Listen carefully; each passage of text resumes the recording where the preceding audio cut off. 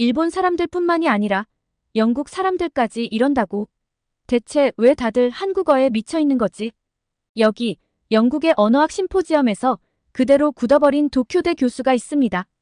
일본을 휩쓴 한국어의 인기는 어린아이들 위주의 유행이라며 위안을 삼았는데 영국에 도착하자마자 자신이 몰랐던 현실을 깨닫고 엄청난 충격을 받았다고 하는데요.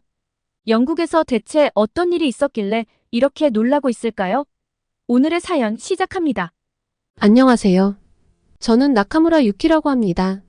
도쿄대학교 언어문학과에서 일본어학을 담당하고 있죠. 처음에 임용되고 자부심이 정말 가득했지만 요새는 이 자부심에 금이 쩍쩍 가고 있습니다. 저도 그렇게 많은 나이는 아닌데요. 솔직히 말하면 요새 젊은 애들 정말 마음에 안 듭니다. 다들 왜 이러는 건가 싶어요. 제가 왜 이렇게 세게 이야기하냐면 학생들에게 현대 일본어의 변화 양상이라는 주제로 발표 과제를 내주곤 하거든요. 그런데 요새는 예전과 달리 학생들의 발표 내용이 점점 이상해지고 있습니다. 작년에 있었던 타나카 군의 발표만 해도 그래요. 참 똑똑한 학생이라 기대가 컸는데 선정한 주제부터 당황스럽더라고요. 안녕하세요, 여러분. 오늘 제가 발표할 주제는 한일 믹서의 유행과 그 영향입니다. 웬 한일 믹서? 언젠가부터 이 수업에서 한국어 언급이 많아졌는데 아예 주제를 한일 믹서로 잡다니 미간이 절로 찌푸려지더군요. 그런데 주제를 말한 순간부터 학생들의 눈빛이 달라지는 걸 보고 당황했습니다. 다들 흥미롭다는 듯이 타나카 군을 주목하고 있었죠. 타나카 군은 계속해서 발표를 이어갔습니다. 요즘 우리 또래들 사이에서 한국어와 일본어를 섞어 쓰는 게 유행이잖아요. 이걸 한일 믹서라고 하는데 생각보다 꽤 체계적으로 만들어진답니다. 제가 이걸 언어학적 관점에서 한번 분석해 보려고 합니다. 그러더니 타나카 군이 칠판에 몇 가지 예시를 적었어요. 알겠다를 아라소데스라고 하는 것처럼 한국어 단어에 일본어 어미를 붙이는 경우가 가장 흔해요. 그리고 귀엽다를 뜻하는 한국어와 일본어를 합쳐서 키오이라는 새로운 단어를 만들기도 하죠. 학생들이 웃으면서 고개를 끄덕이는 게 보였어요. 특히 앞줄에 앉은 사토군의 반응이 인상적이었죠. 그의 눈이 반짝이더니 옆자리의 친구들에게 몸을 기울이며 속삭였어요. 야, 나도 그거 쓰는데. 아라소데스 완전 내 입버릇이야. 주변 학생들도 키득거리며 대답했어요.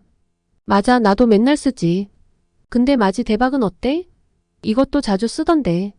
이런 반응을 보고 타나카 군이 학생들에게 질문을 던지더라고요. 여러분, 혹시 이런 표현들을 실제로 많이 사용하고 계신가요? 그 질문에 교실이 갑자기 활기를 띠었어요. 여기저기서 손이 올라가고 목소리가 들려왔죠. 야마모토 군이 먼저 대답했어요. 네, 선생님. 저는 요즘 오빠라고 불리는 게 좋더라고요. 한국 드라마에서 봤는데 뭔가 멋있잖아요. 그 말에 여학생들이 웃으며 동의했고 스즈키 양이 이어 말했어요. 저는 키오이를 자주 써요. 귀엽다는 뜻인데 일본어랑 한국어가 섞인 거라 더 재미있어요. 교실 뒤쪽에서 나카무라 군이 손을 들었어요.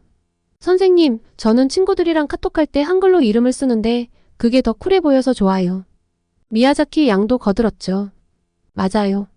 저도 인스타 계정 이름을 한글로 바꿨어요. 팔로워가 훨씬 많이 늘었다니까요. 이런 이야기들을 들으니 한일 믹서가 단순한 유행을 넘어 학생들의 일상에 깊숙이 파고들어 있다는 걸 실감했어요. 그들에게 이건 새로운 자기 표현 방식이자 또래 문화의 중요한 일부분이 된 것 같았죠. 친구들의 호응이 좋으니 타나카 군이 굉장히 신나 보였습니다. 계속해서 설명을 이어갔죠. 재미있는 건 문법 구조도 섞는다는 거예요. 최고인가요? 를 최고가요? 라고 하는 식이죠. 심지어 위험해라는 뜻의 일본어에 한국어 인대를 붙여서 야바인데? 라고 말하기도 해요. 그 순간 교실에서 웃음소리가 터져나왔어요. 학생들이 모두 공감하며 웃는 모습이었습니다. 그 교실에서 유일하게 저만 소외되어 있었어요. 타나카 군이 마지막으로 말했습니다. 이런 현상이 단순한 유행을 넘어서 우리 언어 생활에 큰 영향을 미치고 있어요. 심지어 초등학생들 사이에서는 한글로 이름을 쓴 명찰을 다는 게 유행이래요. 어쩌면 이런 한일 믹서가 나중에는 정식 언어로 인정받아 사전에 등재될 수도 있지 않을까요? 발표가 끝나자 교실은 술렁이기 시작했어요. 학생들은 서로 한일 믹서를 사용하며 대화를 나누기 시작했고 어떤 학생들은 자기가 한국 여행 다녀온 이야기를 하기 시작했죠. 저는 그 광경을 보면서 할 말을 잃었어요. 저는 이 한국어 유행이 정말 어린 10대 위주의 유행이라고 생각했거든요. 유행을 쫓아가려는 일부 10대요.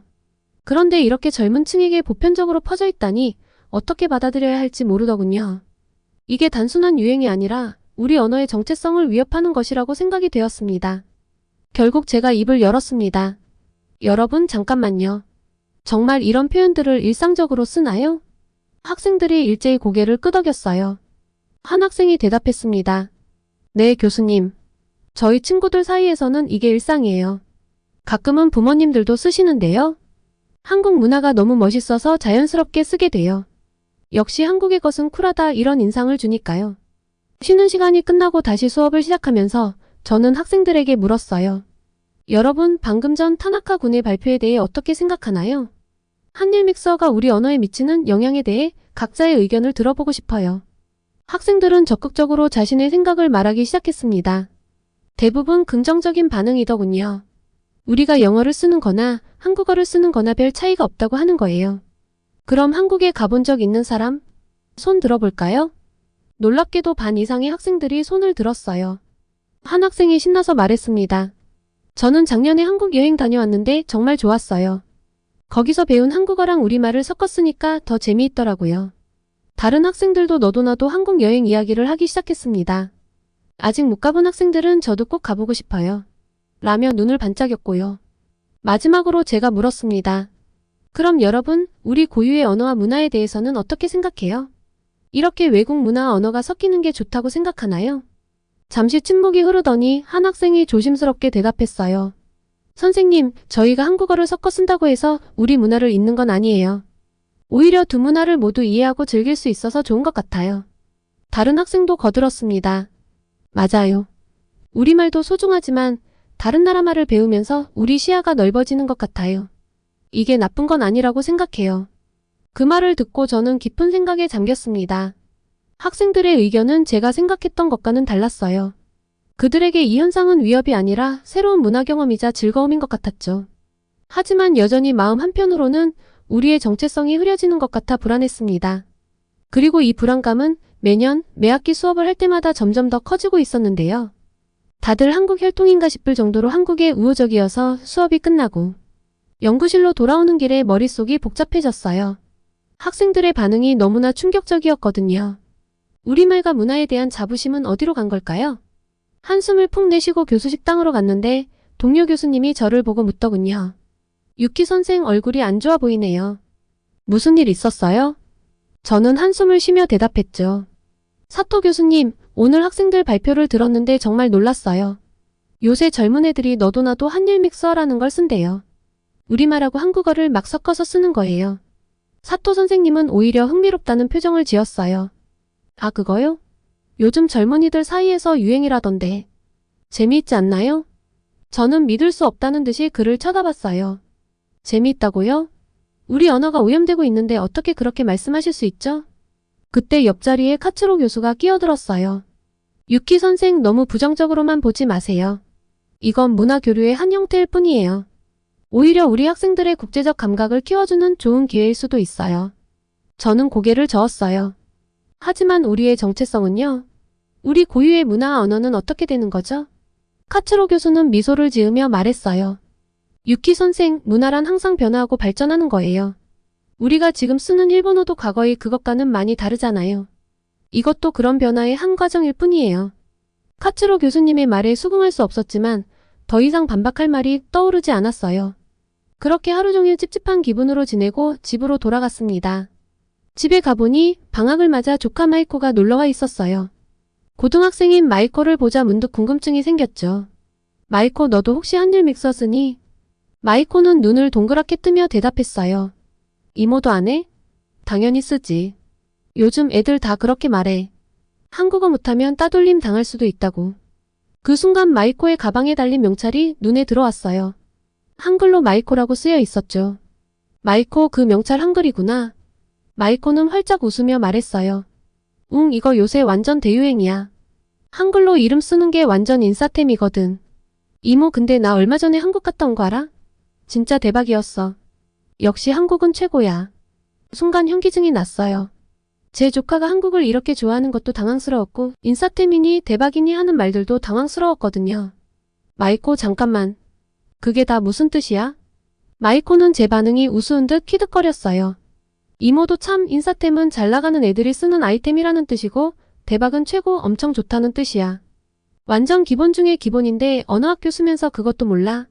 저는 그 자리에 털썩 주저앉고 말았어요.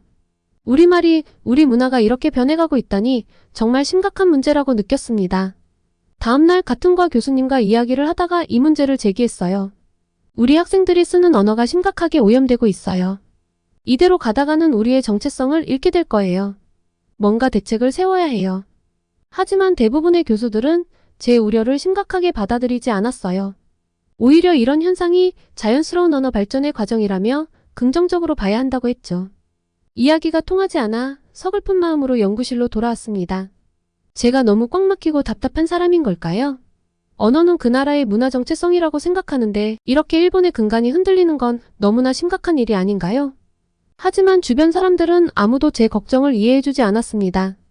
결국 저는 다음 학기부터 직접 행동으로 옮기기로 했어요.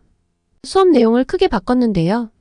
우선 일본 고전 문학을 더 많이 다루고 우리 언어의 역사와 특징에 대해 깊이 있게 가르치는 것으로 계획을 세웠죠. 학생들이 우리말의 아름다움을 깨닫게 된다면 분명 변화가 있을 거라고 믿었거든요. 하지만 현실은 제 기대와 달랐어요. 제 강의의 수강 신청 인원은 역대 최악을 기록했습니다. 올해의 시작은 정말 끔찍했어요. 동료 교수들도 저를 이해하지 못했죠. 유키 선생 시대에 뒤떨어진 수업으로는 학생들의 관심을 끌 수 없어요. 라는 말을 듣고 정말 큰 좌절감을 느꼈습니다. 그렇게 학생들에게 외면당한 한 학기가 지나고 저는 깊은 고민에 빠졌어요. 제가 너무 고루한 생각을 하고 있는 걸까요? 아니면 정말로 우리 문화 언어가 위험에 처한 걸까요? 이 질문에 대한 답을 찾기 위해 노력하던 중 도쿄대학교 교육학과에서 문부가 학성과 함께 현대 일본의 언어 교육 방향성 심포지엄에 참여하게 되었습니다. 제가 이 심포지엄의 주요 패널로 참가하게 되었는데 사실 마음이 무거웠어요. 과연 제 이야기를 주의 깊게 들어줄까? 하는 약간의 의문이 있었으니까요. 회의장에 도착해보니 이미 많은 교육 전문가들과 문부가 학성 관계자들이 모여 있었습니다. 심포지엄이 시작되고 제 차례가 되자 저는 조심스럽게 제 의견을 피력했어요. 최근 우리 젊은이들 사이에서 한일 믹서라는 것이 유행하고 있습니다. 우리말과 한국어를 마구 섞어 쓰는 현상인데 이대로 가다간 우리의 언어와 문화가 위험해질 것 같아 우려됩니다. 전통 문화 언어 교육을 더욱 강화해야 한다고 생각합니다. 그러자 문부가 학성의 한 관계자가 말을 받았어요. 나카무라 교수님, 그 문제에 대해서는 저희도 인지하고 있습니다. 하지만 이건 단순한 문제가 아닙니다. 지난 20년간 한류의 영향으로 일본 문화 전반이 변화하고 있어요. 2003년 겨울연가로 시작된 한류가 이제는 제4차 시기에 접어들었고 특히 젊은 세대들은 SNS를 통해 한국의 최신 유행을 실시간으로 접하고 있죠. 이건 단순한 유행이 아니라 하나의 주류 문화로 자리 잡았다고 볼 수 있습니다. 다른 교육학 교수도 의견을 냈어요. 맞습니다. 실제로 지난해 인기 SNS에서 일본 이용자들의 검색어를 분석했더니 한국 패션과 한국 헤어스타일은 물론 한글로 된 해시태그가 100위 안에 들었을 정도예요. 우리가 이 흐름을 막을 수는 없습니다. 저는 놀라움을 감출 수 없었어요. 하지만 그렇다고 우리의 전통을 잃어버려도 되는 걸까요?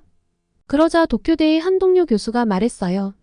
유키 선생, 전통을 잃는 게 아니라 새로운 문화와 조화를 이루는 거예요.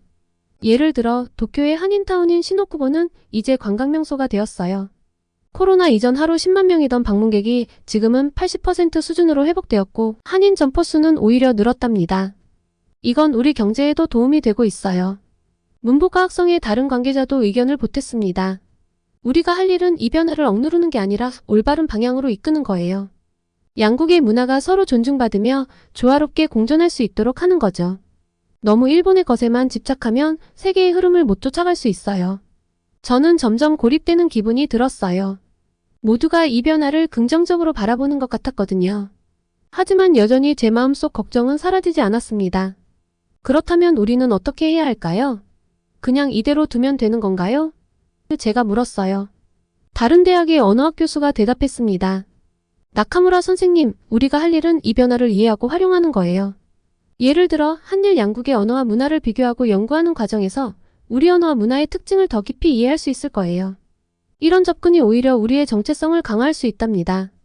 심포지엄이 끝나고 나왔을 때 제 마음은 복잡했어요. 제 주장이 시대착오적으로 여겨진 것 같아 속상했죠. 다들 저를 구닥다리 취급하는 것 같아 자존심이 상했어요. 집으로 돌아가는 길 좀 걷고 싶었습니다. 거리를 걸으며 주변을 둘러보니 곳곳에 한글로 된 간판들이 눈에 띄었어요. 한국 음식점, K-팝 굿즈샵, 심지어 한국어학원 광고까지 이런 광경을 보니 마음이 이상해졌어요. 내가 정말 이렇게 뒤처진 사람인가? 하는 생각에 더욱 우울해졌죠.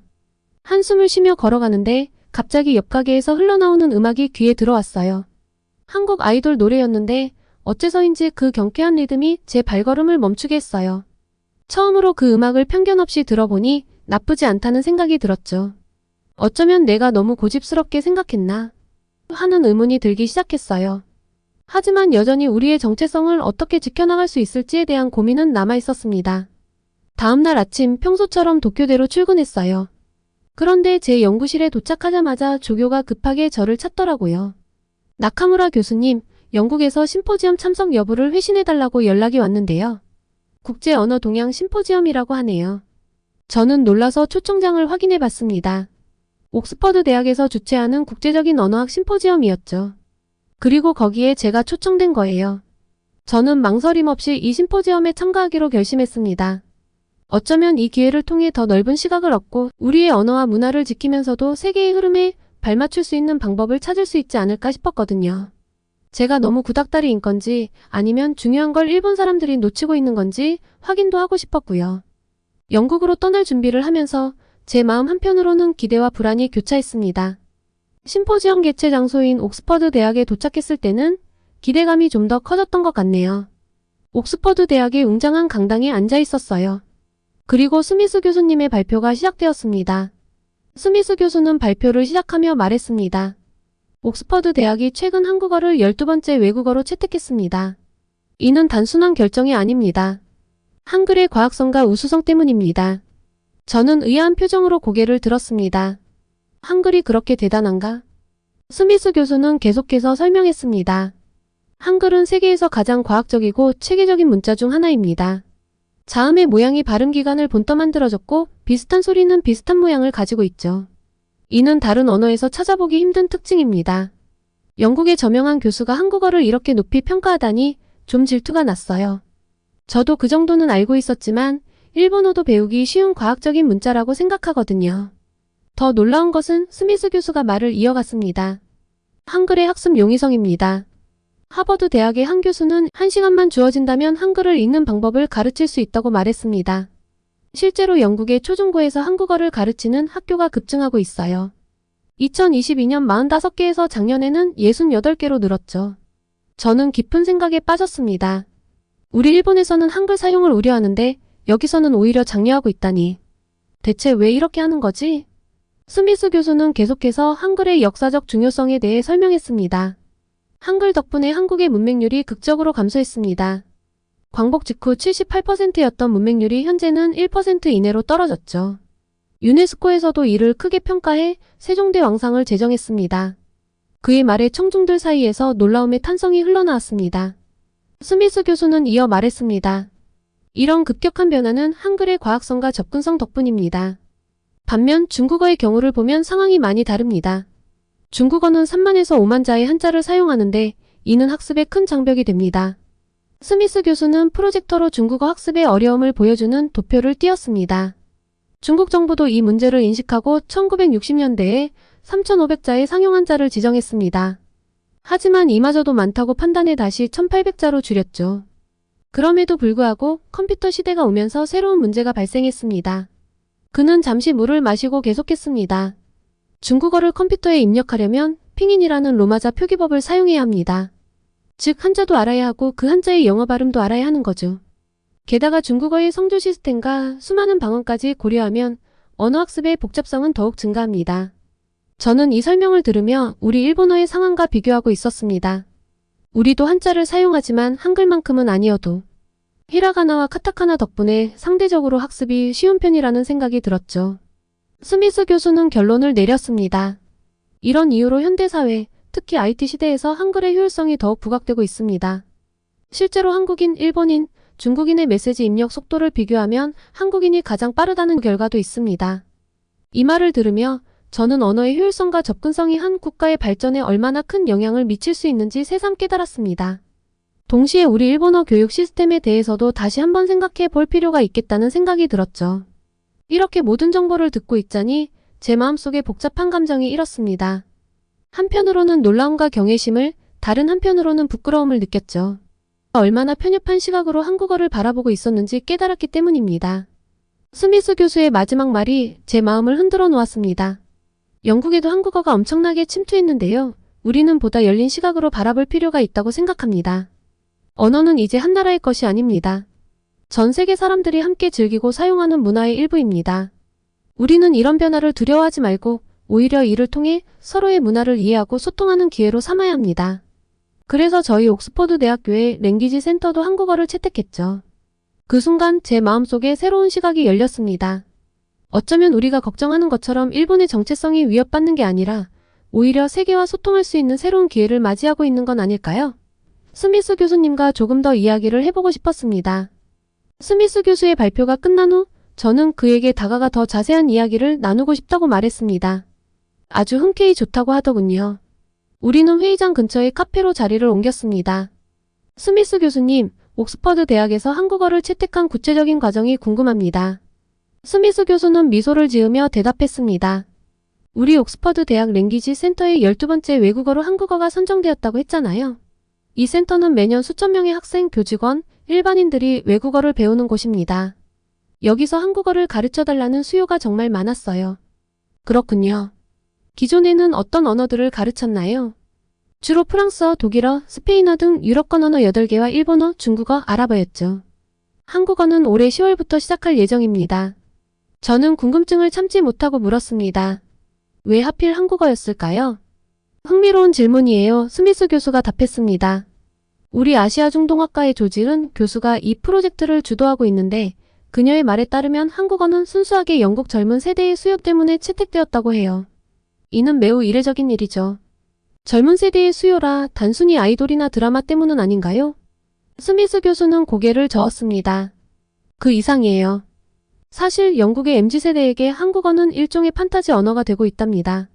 세련되고 쿨한 이미지의 언어로 인식되고 있어요. 저는 깊은 생각에 빠졌습니다. 일본이나 영국이나 한국이 쿨한 이미지로 인식되고 있는 건 똑같잖아요. 스미스 교수는 계속해서 설명했습니다. 덕분에 학부형들의 수요가 많아 영국의 초중고에서 한국어를 가르치는 학교가 급증하고 있는데요. 2022년 45개에서 작년에는 68개로 늘고 있고 영국 교육부에서도 이 현상에 큰 관심을 보이며 한국어 학습을 장려하고 있답니다. 와, 정말 놀라운데요. 한국어를 이렇게 보편적으로 많이 배우고 있다니 신기하기도 하고요. 그렇죠. 스미스 교수가 동의했습니다. 옥스퍼드 대학교에서는 지금 안녕 코리안이라는 7권짜리 교재를 만들고 있어요. 한국어는 이제 한국만의 것이 아니다라는 전제로 쓰고 있죠. 2021년에는 K-팝을 주제로 한 트윗이 전 세계적으로 78억 개에 달했어요. 사람들은 대박 먹방 같은 단어를 자기들 언어와 조합해 쓰면서 즐깁니다. 한류 팬들끼리 가상의 K-세계관을 만들었고 한국어가 그들의 놀이 도구가 된 거죠. 그래서 이런 단어들 중심으로 교육을 할 예정입니다. 이 모든 이야기를 들으면서 저는 제가 얼마나 좁은 시각으로 언어와 문화를 바라보고 있었는지 깨달았습니다. 제가 좀 편협했던 것 같았어요. 스미스 교수의 마지막 말이 제 마음을 더욱 흔들어 놓았습니다. 나카무라 교수님, 한류가 시들해져도 한국어는 남을 거예요. 70년대, 80년대의 일본 만화 붐처럼요. 지금 한국어를 배우는 MZ세대들이 쌓은 문화적 유산은 오래 남을 겁니다. 언어학자라면 한국어를 연구하고 고민해볼 타이밍이에요. 심포지엄이 끝난 후 저는 다른 교수들과 함께 저녁 식사를 하게 되었는데요. 여기서도 한국어가 화제였습니다. 테이블에 앉자 독일에서 온 밀러 교수가 말을 꺼냈습니다. 나카무라 교수, 이번 발표들 어떻게 보셨나요? 특히 한글에 대한 내용이 인상적이었어요. 저는 솔직히 답했습니다. 사실 많이 놀랐어요. 한국어에 대해 이렇게 깊이 있게 생각해 본 적이 없거든요. 밀러 교수는 눈을 반짝이며 말했습니다. 오, 유감이네요. 독일의 언어학자들은 한글의 과학성에 굉장히 관심이 많답니다. 24개의 문자로 약 8,000개의 소리를 낼 수 있다니 그 효율성이 믿기지 않아요. 프랑스에서 온 디퐁 교수가 거들었습니다. 맞아요. 게다가 한글은 배우기도 쉽죠. 아침 글자라고 불리는 이유가 있어요. 하루면 기본을 배울 수 있으니까요. 저는 의아해하며 물었습니다. 정말인가요? 우리 일본어는 외국인들이 배울 때 꽤 걸리는데 한국어는 그렇게 빠른가요? 그때 중국에서 온 리 교수가 말을 이었습니다. 맞아요. 사실 우리 중국어나 일본어로 컴퓨터 자판을 치는 것과 한글로 치는 것의 속도 차이가 7배나 난다는 연구 결과를 봤어요. 정보화 시대에 이건 엄청난 장점이죠. 저는 깜짝 놀라 물었습니다. 7배나요? 어떻게 그런 차이가 날 수 있죠? 리 교수는 설명을 이어갔습니다. 우리 중국어의 경우 한자를 입력하려면 먼저 발음을 영어로 입력하고 그 중에서 원하는 한자를 선택해야 해요. 일본어도 비슷하죠. 하지만 한글은 바로 소리나는 대로 입력할 수 있어요. 뒤폰 교수가 덧붙였습니다. 게다가 한글은 자음과 모음의 조합이 매우 체계적이에요.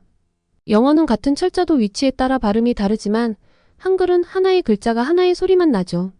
저는 점점 더 흥미를 느끼기 시작했습니다. 그렇군요. 우리 일본어의 가나도 비슷한 원리인데 한자와 함께 쓰다 보니 복잡해지는 것 같아요. 밀러 교수가 말했습니다. 맞아요. 한글의 또 다른 장점은 표현할 수 있는 소리의 다양성이에요. 중국어가 400여 개, 일본어가 300여 개의 음절을 가진 데 비해 한글은 8,000개 이상의 음절을 표현할 수 있대요. 그래서 저는 요새 한국어를 연구하는 재미에 푹 빠져 있답니다.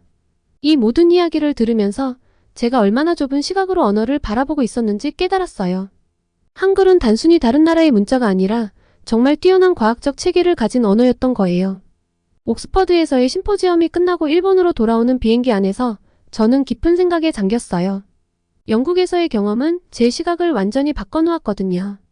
특히 한국어의 저력과 과학성, 그리고 그것이 어떻게 세계화되고 있는지를 직접 목격한 것은 정말 충격적이었습니다. 도쿄에 도착했을 때 저는 이미 머릿속으로 새로운 계획을 세우고 있었어요. 제 수업 방식을 혁신적으로 바꿔야겠다고 결심했거든요. 더 이상 단순히 전통적인 일본어만을 고집할 게 아니라 현대의 언어 트렌드를 수용하면서도 일본어의 가치를 재조명하는 새로운 교육 방식이 필요하다고 생각했습니다. 다음 날 출근하자마자 저는 학과장님을 찾아갔어요.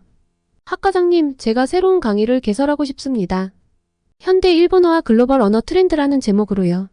학과장님은 의아한 표정을 지으셨어요. 유키 선생, 당신이 그런 제안을 하다니 놀랍네요. 어떤 내용인가요? 저는 설명을 이어갔습니다. 최근 우리나라 젊은이들 사이에서 유행하는 한일 믹서를 포함해 현대 언어 트렌드를 분석하고 이해하는 수업이에요. 동시에 이를 통해 일본어의 고유한 가치와 특징을 재조명하고자 합니다. 학과장님은 잠시 생각에 잠기더니 말씀하셨어요. 흥미로운 제안이네요. 하지만 이전에는 이런 변화에 반대하지 않았나요? 저는 고개를 끄덕였어요. 네, 맞습니다. 하지만 영국에서의 경험을 통해 제 생각이 바뀌었어요. 우리가 변화를 두려워하기보다는 이해하고 활용해야 한다는 걸 깨달았습니다. 다행히 학과장님께서 제 제안을 받아들이셨고 저는 곧바로 새로운 강의 준비에 착수했어요. 이제 올해 2학기에 제 강의가 첫 선을 보일 예정입니다. 이제 곧 다가올 수강 신청 기간이 저를 설레게 하면서도 동시에 불안하게 만들고 있어요. 새로운 수업 방식이 학생들에게 어떻게 받아들여질지, 과연 많은 학생들이 관심을 가질지 정말 궁금합니다. 그런데 잘 될 것 같아요. 우리 조교 친구와 이야기를 나눠봤는데 아주 긍정적인 이야기를 전하더라고요. 선생님, 이번 수업에 대해 학생들 사이에서 꽤 화제가 되고 있어요. SNS에서 이 수업에 대한 글을 몇 개 봤는데 반응이 꽤 있던데요. 그래? 어떤 반응들이었어? 제가 궁금해서 물었습니다. 다들 흥미롭다고 해요. 특히 한국어와 관련해서 깊게 파고드는 것들이 흥미롭다고 하더라고요. 한 번도 제 수업이 SNS에서 언급된 적이 없어 조금 당황스럽긴 했는데요. 조교의 말을 들으니 약간 기대가 되었어요. 최소한 학생들 사이에서 관심을 받고 있다는 것은 긍정적인 신호 아닐까요? 선생님, 제 생각에는 걱정하지 않으셔도 될 것 같아요. 조교가 덧붙였습니다. 요즘 학생들은 새로운 것에 대한 호기심이 많거든요. 이런 혁신적인 수업이 인기 있을 거예요. 조교의 말에 조금은 안심이 되었지만 여전히 수강 신청 결과가 궁금해요. 과연 몇 명의 학생이 이 수업을 선택할까요? 강의실이 가득 찰까요? 아니면 소수의 학생들만 관심을 가질까요? 수강 신청 시작일이 다가올수록 제 마음은 점점 더 초조해져 갑니다. 하지만 동시에 이 도전이 가져올 새로운 가능성에 대한 기대감도 커지고 있어요. 이 수업이 학생들에게 일본어와 세계 언어에 대한 새로운 시각을 제공할 수 있기를, 그리고 그들의 호기심과 열정을 자극할 수 있기를 진심으로 바랍니다.